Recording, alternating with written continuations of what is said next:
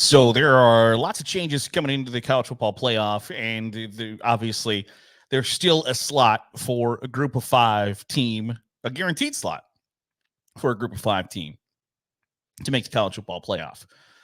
And whether that's enough or not, you could probably put up for discussion. But that's the way it's situated right now. And there are people who don't believe that that's good enough, and people who are ready to admit what I think most college football fans already know, and that there's a group of haves and a group of have-nots in the FBS that before, like right now in the 2023 season, there are realistically only a handful of teams that can actually win the national championship. It's the only college sport that exists that way, that you can't, no matter what conference you reside in, no matter how good you are, you don't have a pathway to a championship. Now, you can argue that Cincinnati jumped into the playoff when they weren't in the Power 5. Yeah, because there was a perfect storm of their schedule included playing at Notre Dame, at Indiana, and they went undefeated after having a top 10 team the year before, and other teams crapped the bed, if we're just being completely honest. Nobody in college football, the power brokers at least, the people who legitimately make the decisions, wanted to put Cincinnati in the playoff. They were forced to. And I don't know that Cincinnati got enough credit for competing with Alabama the way that they did. I would venture to tell you that Nick Saban would not tell you that that game was easy by any stretch of the imagination. But I think everybody knows, for the most part, that the group of 5 teams are firmly behind, as a whole, the Power 5 teams. Now, is there a group of 5 team here or there, or maybe 20% of them that are better than the bottom 20% of Power 5 programs? Yes, absolutely 100%. But in the overarching hierarchy of college football, there's the Power 5, now Power 4, and group of 5. And so Derek Dooley, who used to be the head coach at Tennessee and was head coach at Louisiana Tech before that, has basically started floating out a plan to folks who are like, hey, we should probably just admit that the group of 5 needs its own playoff. And I don't know whether that's a great idea or not, because I think you can look at it 2 ways. And today I'm going to tell you why I don't think it's a great idea. And tomorrow I'll tell you how I think they should do it. But right now, the group of 5 doesn't have to admit that they are in kind of their own subdivision inside a subdivision, that they are in the FBS. And technically, your offer is on the same level at Kent State as it is at Alabama. Your offer is on the same level at Coastal Carolina as it is at Clemson. Now, they're not recruiting the same kids. And the Power 4 programs know that, and the Group of 5 programs know that. But when you are trying to get donations from alumni, and you can say, hey, we are competing with the biggest brands in the sport, or when you can look at the schedule and say, we are going to play at this big-time state school, or whatever the case may be, it's still an impressive thing to put on the resume. And in the off chance that you get a victory or somebody pulls an upset and you get to thump your chest, and it's remembered as the time that Appalachian State beat Michigan, or Toledo beat Michigan, or Georgia Southern beat Florida, or whatever the case may be, when UL Monroe beat Louisiana. No, when UL Monroe beat LSU. Who was it that was it UL Monroe that beat Alabama maybe in Nick Saban's first year? Like, when you have that, it's a nice spot to be in. And you don't have to turn that down. And the dollar figures for guarantee games for FBS programs is a whole hell of a lot better than an FCS program. You're an FBS program in a MAC, Sun Belt, Mountain West, you can get upwards of $2 million a game from the Oklahomas and Texases and Alabama's, LSU's, Florida, Georgia's, Ohio State, Michigan's for a game. And I know that well, that's how they fund the athletic department, blah, blah, blah. Yes, I get all that.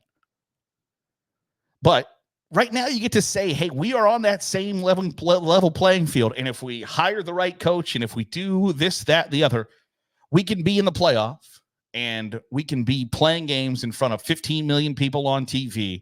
And you get to hang a banner that says you made the college football playoff. And that is a really impressive, important thing. One, these don't last forever, but like remember when TCU played in the Rose Bowl when Andy Dalton was the quarterback, and their out-of-state tuition, they're not out-of-state tuition, their out-of-state applications rose 400% that year. Like, you can't discount that. When TCU and Boise State were crashing the New Year's Six, before it was called the New Year's Six, when it was back in the BCS, and there were programs like Utah that was still in the Mountain West at the time, and Hawaii, and TCU, and Boise State, and Western Michigan made New Year's Six games, and Northern Illinois made New Year's Six games. Those things do wonders for those programs. And when you are able to associate yourself with Alabama, Ohio State, Notre Dame, Texas, USC, Oklahoma, that's a big deal. When you are viewed as an equal, it's the same reason that some schools that have no business being in conferences like the SEC and the Big Ten competitively, athletically, want to be associated with them athletically. Because at the same time, some of those universities that don't have any business being associated with those other universities academically want to say, yeah, we're in the same conference as Northwestern. Yeah. Vanderbilt. Those are big time schools. Those are very good academic institutions. And so when you can have that association, that's a nice thing to have in your back pocket when you are viewed. And I don't know that anybody inherently views Alabama and Troy or Jacksonville State as being on the same level. But in a technicality, they are. And when you can point to that and say, yeah, we are in the same boat as those programs. We are in the same, when Memphis can say we are right there with Tennessee. And the list goes on and on and on of teams in the American and teams in Mountain West, MAC, Sun Belt. When you can say, hey, Conference USA, when you can say Marshall is on the same footing as West Virginia, it's a nice thing to have in your back pocket. And if you say, hey, let's start our own playoff, does that have the same cachet? Does being the national champion of the group of five, does that carry the same weight as being a run-of-the-mill team that didn't make the college football playoff but played in a decently nice bowl game? And you got to hang a banner that says, hey, we played in the Camellia Bowl. I don't know. I know financially it's probably a reason for the group of, or the Power Four schools to say, okay, we got to limit games against a group of five. You can't have 9 conference games and then 3 games against American and Sun Belt teams or MAC and Mountain West teams. You just can't do it. I think that gives them reason and cause to either say, we need to limit how many of those games that there are, or we need to completely cut them off, or we're not going to pay them $1.8 million. We're going to pay them $800,000. And I think that should be maybe the biggest concern for those group of 5 schools, because when you're counting on those other Power 4 schools to give you a big payday every year, you are at the risk of them someday saying, you know what, we're not doing this anymore. I'm not giving you $1.8 million for a game. We'll figure it out between ourselves, and we'll continue to pocket that money and continue to make more money in our TV deals. We're giving you a national platform for you to show up, get your ass kicked, and I'll cut you a nice fat check.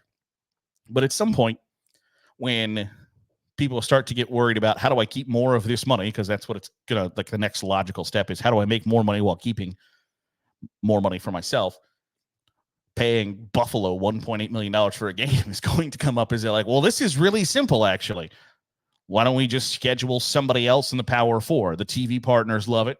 It's still probably an opportunity for us to collect a win. Our fan base is more excited and enthused about that rather than a team that they're not necessarily certain that they could find on a map. Why don't we just do that instead? Because I think those days will eventually come, and those smaller schools will be in a world of hurt.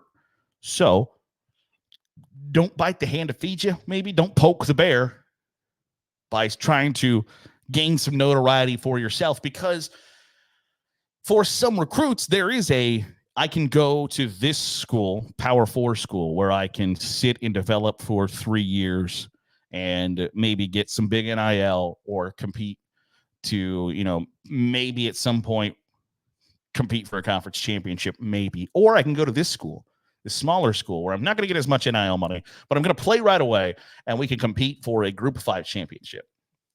To some kids, not a sizable portion, but that might be an enticing college experience. If I think I'm not going to go to the NFL, and believe me, there are a bunch of college football players that, like the overwhelming majority, think I'm going to the league. And the ridiculous sheer amount, as evidenced by only 257 of them getting drafted this weekend, shows you that's not necessarily the likeliest of outcomes. So there are some kids who are smart enough to say, I'm a 5'10" wide receiver, or I'm a 6'1" offensive lineman, or something like that, to say, you know what, I'm going to take the playing time at a smaller school with a chance to maybe win a national championship in the Group of 5.